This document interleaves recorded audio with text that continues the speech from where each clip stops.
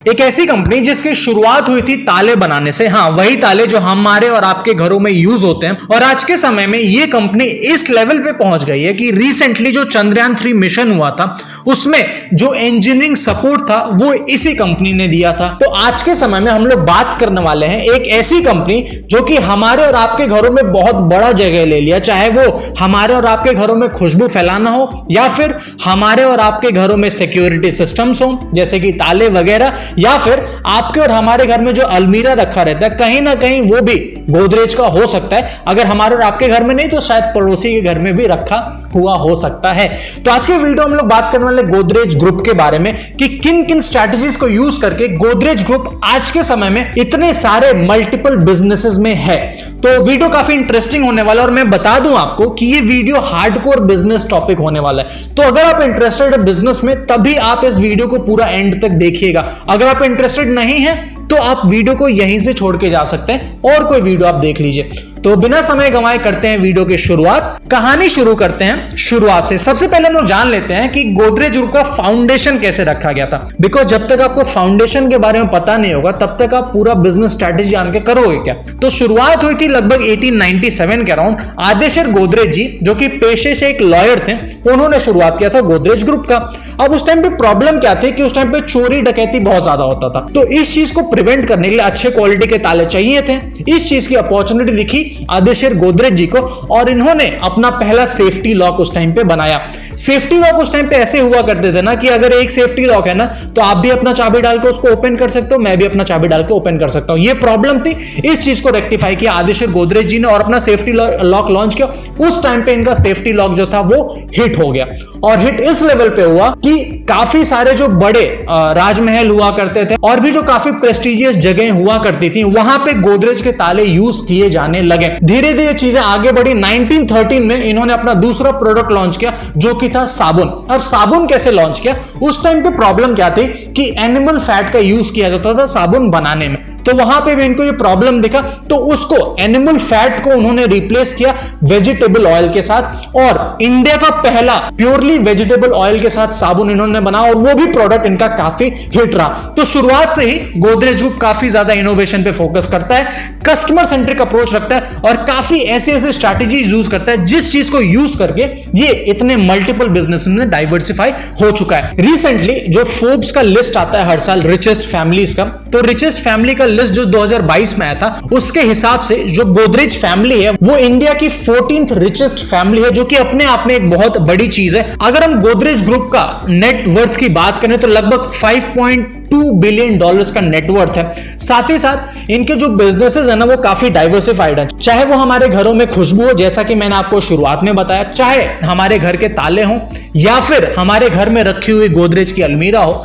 अच्छा, गोदरेज का अलमीरा ना इतना रिमार्केबल चीज है कि अगर आप कहीं गांव में आज के टाइम भी जाओ ना तो लोग बोलते हैं गोदरेज रखा हुआ है क्या आपके वहां, या फिर गोदरेज में ये सामान है उसको निकाल के लेता। इस तरह का रिमार्केबल ब्रांड आइडेंटिटी गोदरेज ने क्रिएट किया और इसी तरह की आइडेंटिटी हर फील्ड में ये लोग क्रिएट कर लेते हैं। अगर हम लोग इनके सेगमेंट्स की बात करें, ये लोग काफी अलग अलग सेगमेंट्स में प्रेजेंट है, जैसे कि अप्लायंसेस, फर्नीचर में ये लोग प्रेजेंट है, लॉक्स एंड सिक्योरिटी सिस्टम जो कि इनका शुरुआती पुश्तैनी जो बिजनेस है लॉक्स एंड सिक्योरिटी सिस्टम्स का, रियल एस्टेट में प्रॉपर्टीज में ये लोग अवेलेबल हैं, साथ ही साथ केमिकल्स में भी अवेलेबल है। आप साबुन बनाने तो केमिकल की जरूरत तो पड़ेगी, तो केमिकल्स में भी ये लोग अवेलेबल हैं। Home and personal care items में भी अवेलेबल हैं। अगर इनका सिंथॉल वगैरह आप यूज करते होगे तो जानते हो, पर्सनल होम केयर में भी ये लोग अवेलेबल हैं, हैवी इंजीनियरिंग में ये लोग अवेलेबल हैं, इंट्रा लॉजिस्टिक्स में इनका प्रेजेंस है। भाई मूवमेंट के लिए लॉजिस्टिक्स चाहिए ना, तो लॉजिस्टिक्स में भी ये लोग अवेलेबल है। साथ ही साथ फूड, एग्रीकल्चर, आईटी सर्विसेज और काफी अलग अलग सेगमेंट्स में ये लोग अवेलेबल हैं। और इन सारे बिजनेस सेगमेंट्स में इनके काफी अलग अलग कंपनीज में, अगर कुछ कंपनीज के मैं अगर आपको नाम बता दूं जो कि काफी पॉपुलर हैं, वो है Godrej and boys, Godrej industries, Godrej properties,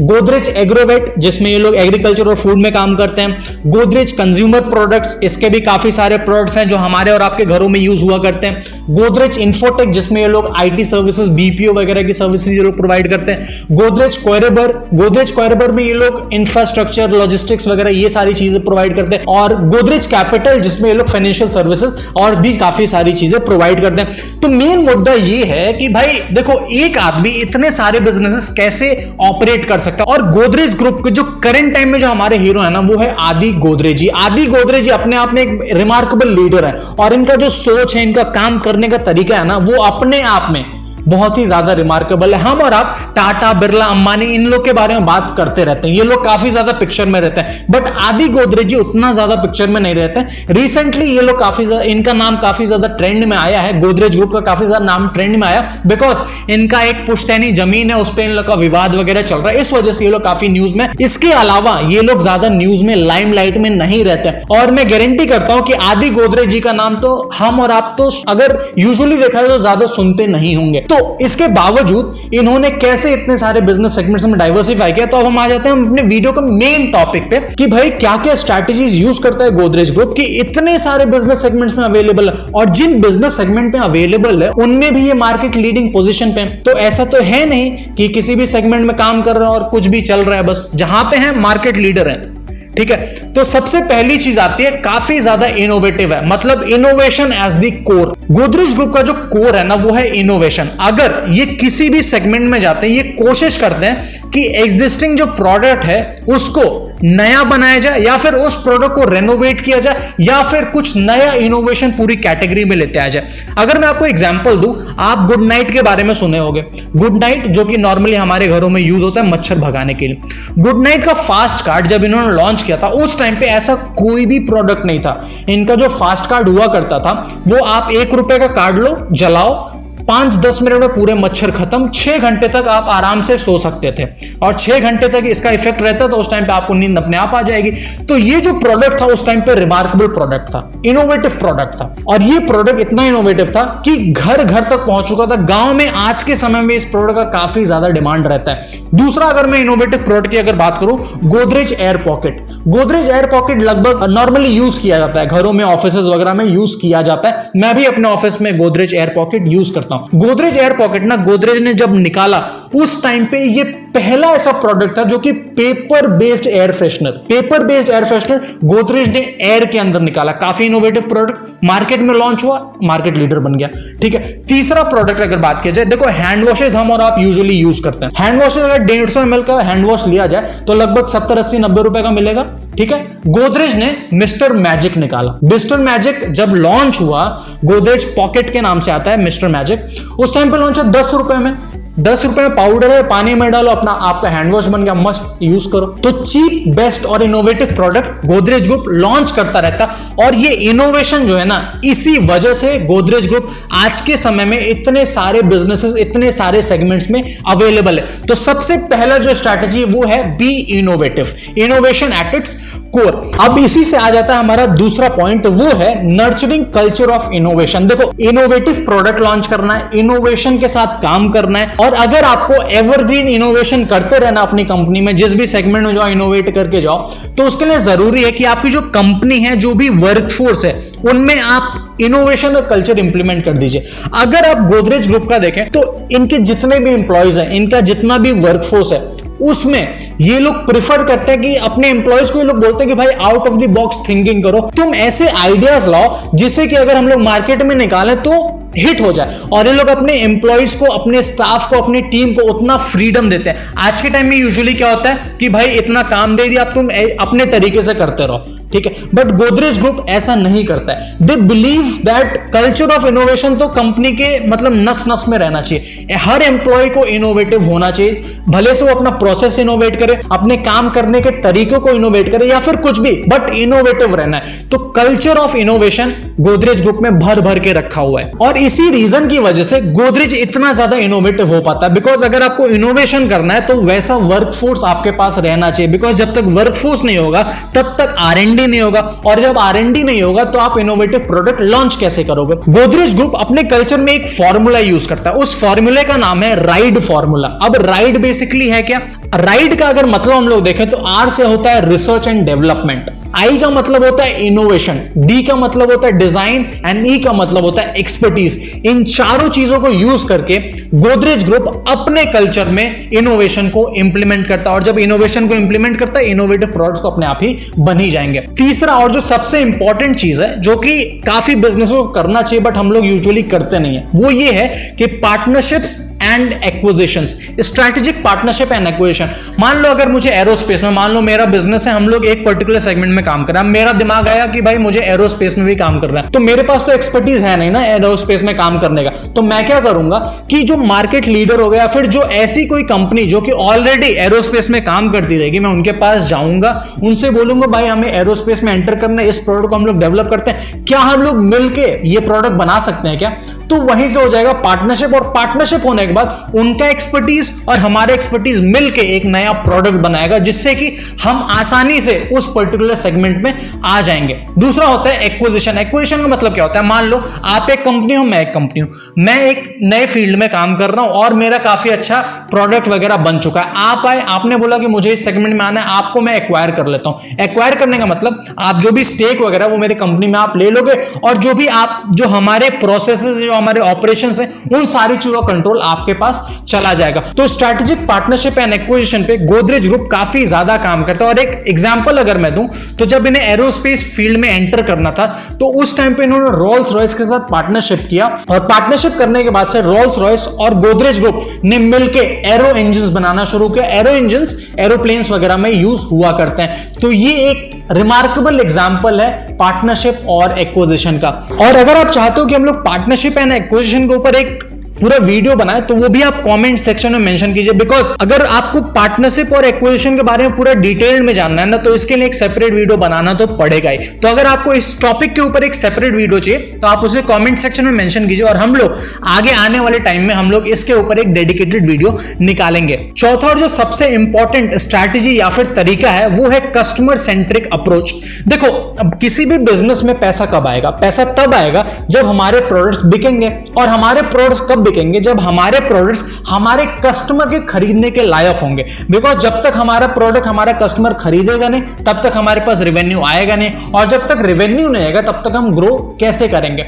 तो यहां पे जरूरी ये है कि आप अपने तरीके से मत सोचो, आप कस्टमर के तरीके से सोचो कि कस्टमर को क्या चीज चाहिए। और इस चीज को करने में गोदरेज ग्रुप बहुत ही ज्यादा आगे रहता है। चाहे आप इनका फास्ट कार्ड ले लो, चाहे आप इनका हिट ले लो, या फिर आप इनका एयर पॉकेट ले लो, या फिर इनका हैंड वॉश है आप वो ले लो, कोई भी प्रोडक्ट आप ले लो, उसमें ये लोग कस्टमर सेगमेंट की तरफ से सोचते हैं। कस्टमर क्या चाहता है? कस्टमर चाहता है सस्ती चीज, हम सस्ते में इनोवेशन ला के देंगे। कस्टमर चाहता है कम रेट में हैंड वॉश, हम लोग वो चीज ला के देंगे। 10 रुपए में मिस्टर मैजिक गोदरेज दे देता है। तो ऐसी ऐसी चीजें गोदरेज करता रहता है, और ऐसे जब भी आप कस्टमर की तरफ से होके देखते हो ना, तो जो आपका प्रोडक्ट डेवलपमेंट होता है वो अपने आप में काफी ज्यादा अच्छा हो जाता है। और अच्छा प्रोडक्ट होने के नाते, कस्टमर सेंट्रिक अप्रोच होने के नाते, जब वो प्रोडक्ट मार्केट में लॉन्च होता है, वो प्रोडक्ट ऑटोमेटिकली हिट हो जाता है। और ये चीज गोदरेज हरदम करता रहता है। तो अगर आपको कोई भी प्रोडक्ट लॉन्च करना है, कोई भी प्रोडक्ट निकालना, उसका एक एक्सटेंसिव मार्केट रिसर्च कीजिए, कस्टमर सेंट्रिक मार्केट रिसर्च कीजिए, फिर आप उसमें इनोवेशन लाइए, उसमें ऐसी ऐसी चीजें कीजिए जो कि आपके कस्टमर्स को चाहिए। बिकॉज जब वो चीजें हो जाएंगी,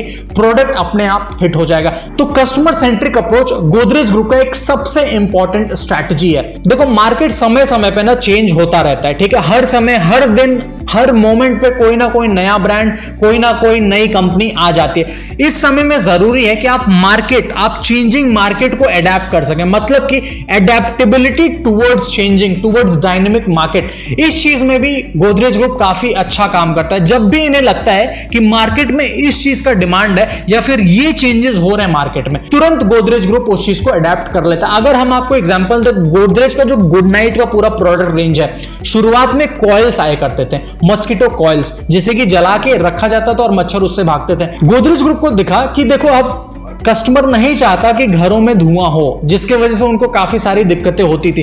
गोदरेज ने तुरंत मॉस्किटो का जो रिपेलेंट आता है, जो कि हम लोग अपने सॉकेट्स में लगा देते हैं और वहां से फिर मच्छर भग जाते हैं। धीरे धीरे गोदरेज को दिखा कि भाई सब लोग वो चीज अफोर्ड नहीं कर पाते, 70, 80, 100 रुपए का मिलता है, तो 10 रुपए में वो लोग फास्ट कार्ड लेते हैं, फास्ट कार्ड भी लेते हैं, और उससे भी मच्छर भागने शुरू हो गए। धीरे धीरे जब इनको हैंड वॉश में दिखा कि ये चीजें दिक्कतें हैं, मार्केट में चेंज है, सब लोग 100-150 रुपए के हैंड वॉशेस ला रहे हैं, ये लोग 10 रुपए का हैंड वॉश लेते हैं। तो जो भी मार्केट का जो चेंजिंग डायनामिक्स है, इसमें आपको अडेप्ट करना पड़ेगा। बिकॉज जब तक आप चेंजेस को अडेप्ट नहीं करोगे तब तक आप ग्रो नहीं कर सकते, और ये एक मेन रीजन है गोदरेज के सक्सेस के पीछे। तो ये थी स्ट्रैटेजीज जो कि गोदरेज ग्रुप यूज करता है अपने बिजनेस में डाइवर्सिफिकेशन लाने के लिए, अपने बिजनेस को एक्सपैंड करने के लिए और अपने प्रोडक्ट पोर्टफोलियोज को बढ़ाने के लिए। तो ये सारी स्ट्रैटेजीज थी। मुझे उम्मीद है कि आपने इन स्ट्रैटेजीज को नोट डाउन कर लिया होगा। अगर नोट डाउन नहीं किया होगा तो आपको याद हो गया होगा कि किन किन स्ट्रैटेजीज को यूज करके गोदरेज ग्रुप ग्रो करता है। अब हम वीडियो के मेन पार्ट पे आ जाते हैं जो कि है लर्निंग्स, बिकॉज जब तक आप इस वीडियो से कुछ सीख के नहीं जाओगे तब तक ये वीडियो देखने का कोई मतलब नहीं है। तो मैं इस वीडियो से आपको 2 लर्निंग्स देता हूं जो कि हम और आप आसानी से अपने बिजनेस में इंप्लीमेंट कर सकते हैं। अब भाई स्ट्रैटेजिक पार्टनरशिप अभी तो हम लोग कर नहीं सकते, तो स्ट्रैटेजिक पार्टनरशिप को हम लोग इन्वॉल्व नहीं करेंगे। इसके अलावा हम लोग देखते हैं 2 लर्निंग्स जो हम और आप अपने बिजनेस में इंप्लीमेंट कर सकते हैं। सबसे पहली लर्निंग है इनोवेशन एंड एडेप्टेबिलिटी। देखो इनोवेशन हरदम करते रहना चाहिए, बिकॉज जब तक आप अपने प्रोडक्ट में अपने बिजनेस में इनोवेशन नहीं करोगे तब तक आप कस्टमर को कुछ वैल्यू डिलीवर नहीं करोगे, और जब तक आप वैल्यू डिलीवर नहीं करोगे कस्टमर्स को तब तक आप कस्टमर्स के दिमाग में, कस्टमर्स के घरों में आप जगह नहीं बना सकते, और जब तक आप जगह नहीं बना सकते तब तक आपका प्रोडक्ट नहीं बिकेगा। तो सबसे पहली लर्निंग जो है वो ये है कि you have to be innovative और आपको एडेप्टेबल भी रहना पड़ेगा। दूसरा और सबसे इंपॉर्टेंट लर्निंग है वो ये है कि फॉलो कस्टमर सेंट्रिक अप्रोच। देखो काफी बार क्या होता है ना, हम एज अ बिजनेस ओनर्स हम लोग कस्टमर के पर्सपेक्टिव से नहीं सोचते हैं कि कस्टमर को इस प्रोडक्ट की जरूरत है कि नहीं, क्या कस्टमर इस प्राइस रेंज में इस प्रोडक्ट खरीदेगा या नहीं। तो ये सारी चीजों को देखना काफी ज्यादा जरूरी है, और जब तक आपका एक कस्टमर सेंट्रिक अप्रोच नहीं रहेगा तब तक आप बिजनेस को ग्रो नहीं कर सकते। तो ये 2 लर्निंग्स है जिसे मैं चाहता हूं कि आप इस वीडियो से एज अ टेक अवे ले जाइए और इन चीजों को आप अपने बिजनेस में इंप्लीमेंट कीजिए, बिकॉज जब आप इंप्लीमेंट करेंगे अपने बिजनेस में इन चीजों को तो मैं उम्मीद करता हूं कि आपको रिजल्ट तो मिलेगा ही मिलेगा। सो ये था हमारा वीडियो गोदरेज ग्रुप के ऊपर कि गोदरेज ग्रुप किन किन स्ट्रैटेजीज को यूज करके ग्रो करता है। मुझे उम्मीद है कि आपको ये वीडियो अच्छा लगा होगा और सीखने के लिए कुछ ना कुछ तो मिला ही होगा। वीडियो इंफॉर्मेटिव रहा तो वीडियो को लाइक कीजिए, अगर आप चैनल पे नए हैं तो चैनल को सब्सक्राइब कीजिए। अगर वीडियो आप चाहते हो कि आपके किसी जानने वालों को बताना चाहिए इस वीडियो के बारे में, आप वीडियो को शेयर कीजिए उनके साथ। अगर आपको कोई वैल्यूएबल फीडबैक या फिर सजेशन है तो उसे कमेंट सेक्शन में मेंशन कीजिए। ये था आज की वीडियो के लिए। उम्मीद करता हूं कि आपको वीडियो अच्छा लगा होगा। मिलते हैं किसी और नए इंफॉर्मेटिव और एजुकेटिव वीडियो के साथ। Till then take care, bye bye.